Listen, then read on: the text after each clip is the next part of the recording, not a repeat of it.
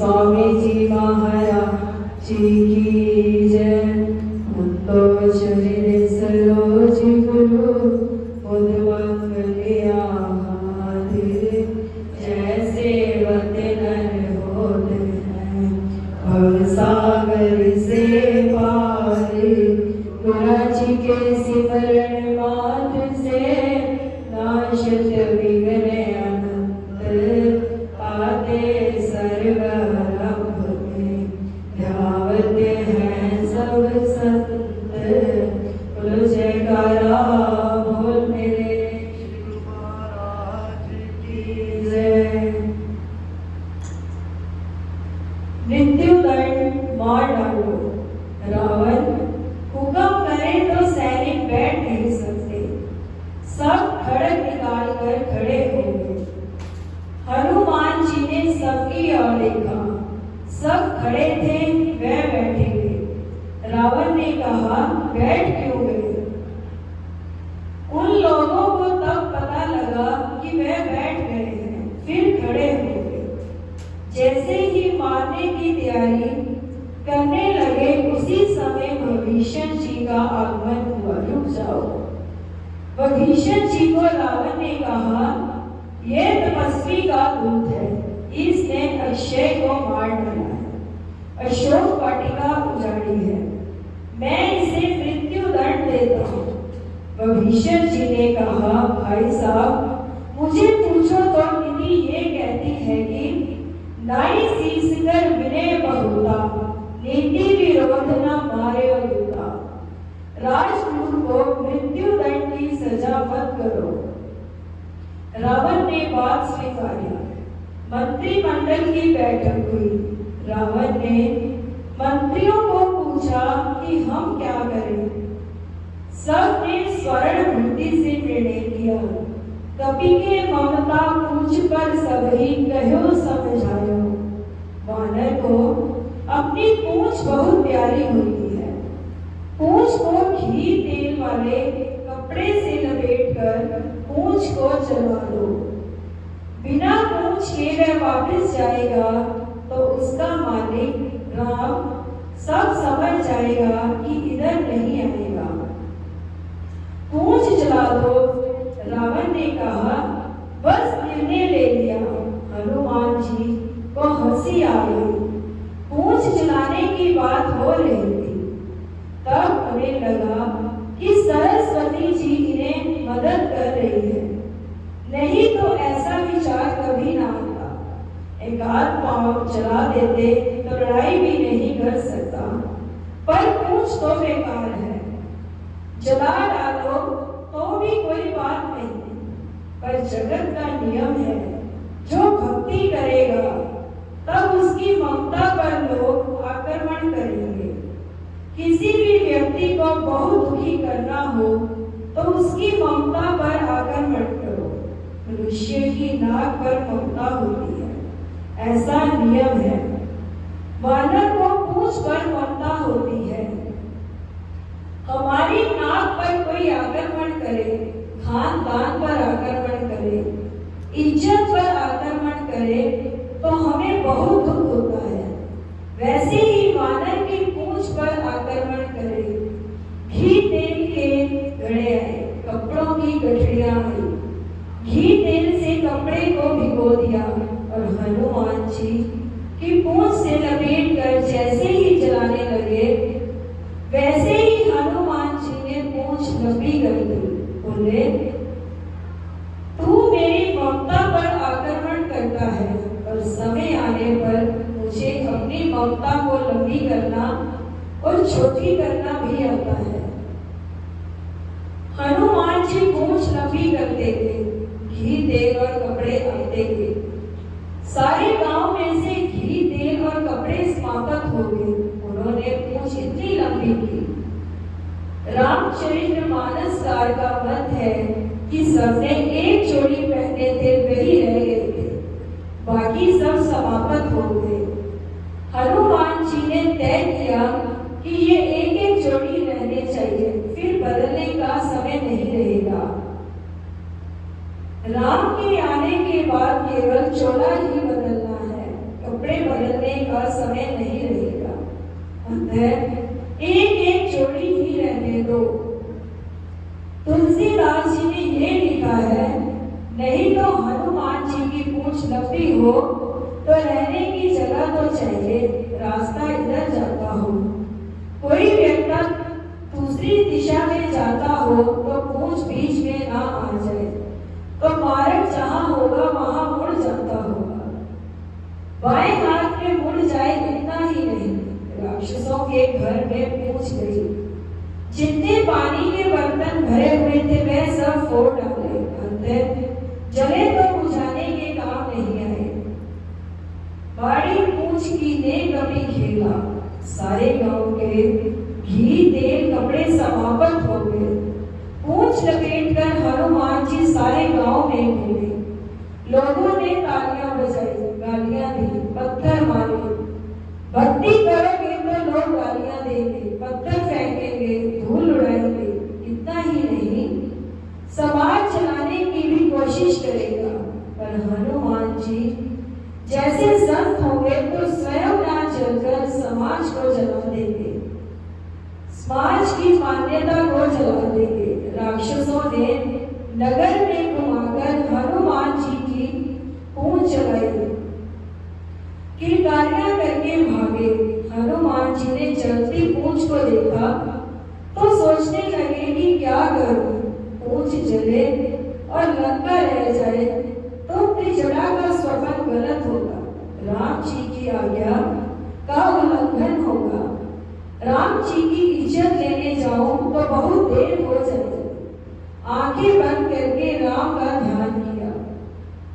प्रवर्षण शिखर पर राम जी का चित्त डावाडोल होने लगा।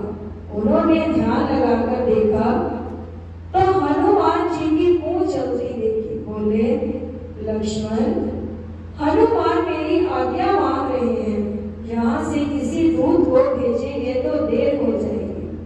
वहां हनुमान जी की पूंछ जल रही है तो क्या करूं? राम जी ने 49 वायु को हुक्म दिया कि जाओ और हनुमान जी के कान में जाकर कह दो कि मेरा हुक्म है, प्रारंभ कर दो।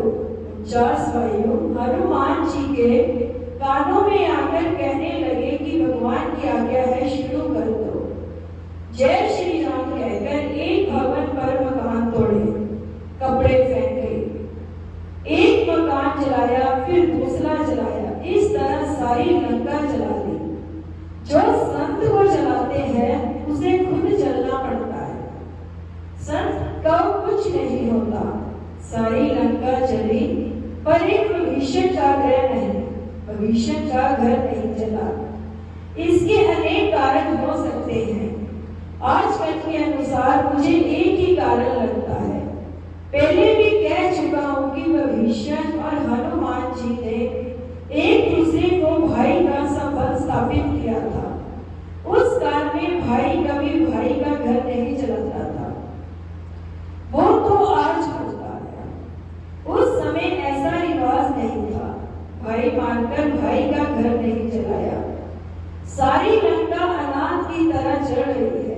हनुमान जी लंका के सागर में कूद पड़े, आग लगी, पूंछ बुझाई, स्नान किया, थकान उतारी, पूरा वन रूप लेकर सीता जी के पास डरते डरते गए, क्योंकि सीता जी ने कहा था कि कुछ मत करना।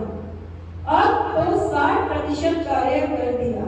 हनुमान जी ने आकर मां को वंदना की तो सीता जी ने पूछा, मारुति तुम्हें बहुत देर लगी? वे बोले, मां अनजान गांव है ना। सीता जी ने कहा, पर तुझे गांव कहाँ भेजा था? तब हनुमान जी पकड़े गए। वे बोली, ठीक जवाब दे। राम की धुन चल रही थी, लंका में आग लगी, ये सब क्या था? हनुमान जी ने कहा, मां बड़ा गांव हो वहां सब कुछ होता है, हमें ध्यान नहीं देना चाहिए। सीता जी ने कहा, पहले ऐसे कभी नहीं हुआ, तेरे आने के बाद हुआ है।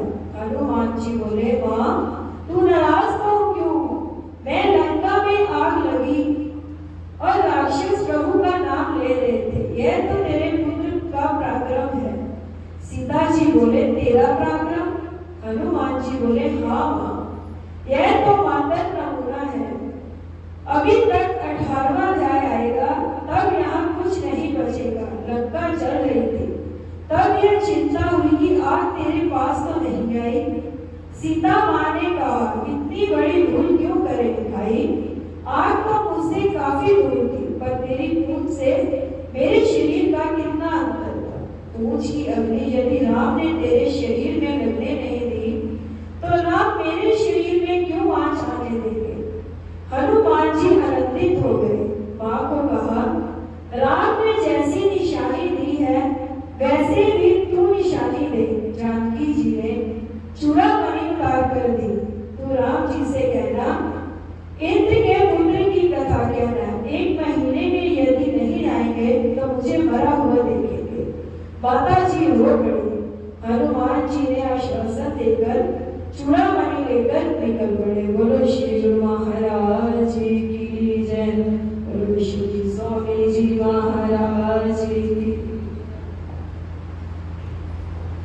राम राम एक, राम राम दो, राम राम तीन, राम राम चार, राम राम पांच, राम राम छह, राम राम सात, राम राम राम राम नौ, राम राम 10, राम राम 11, राम राम 12, राम राम 13, राम राम 14, राम राम 15, राम राम 16, राम राम 17, राम राम 18, राम राम 19, राम राम 20, राम राम 21, राम राम 22, राम राम 23, राम राम 24, राम राम 25, राम राम 26, राम राम 27, राम राम 28, राम राम 29, राम राम 30, राम राम 31, राम राम 32, राम राम 33, राम राम 34, राम राम 35, राम राम 36, राम राम 37, राम राम 38,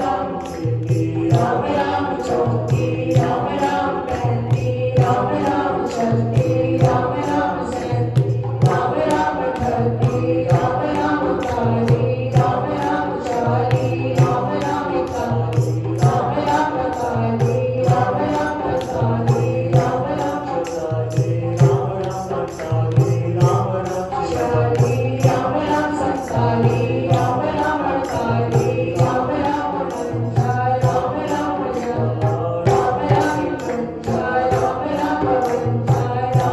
67, राम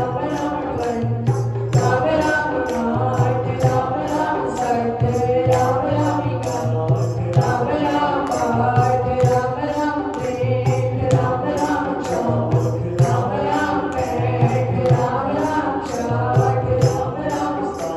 68, राम राम 69, राम राम 70, राम राम 71, राम राम 72, राम राम 73, राम राम 74, राम राम 75, राम राम 76, राम राम 77, राम राम 78, राम राम 79, राम राम 80, राम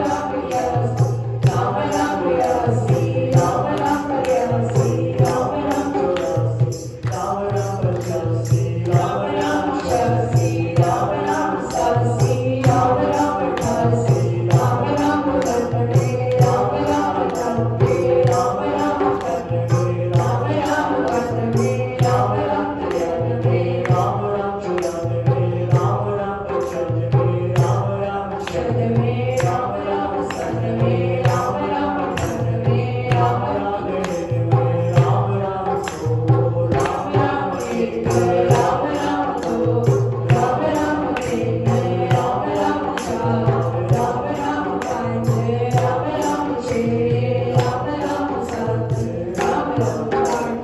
बोल जयकारा बोल मेरे श्री गुरु महाराज की जय। ओम भूर्भुवः स्वः तस्य वितुर्वरेण्यं भर्गो देवस्य धीमहि धियो यो न प्रचोदयात्। ओम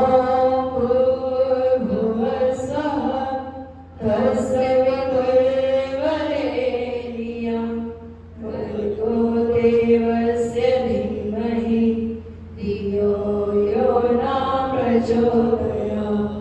ॐ भूर्भुवस्सुः तत्सवितुर्वरेण्यं भर्गो देवस्य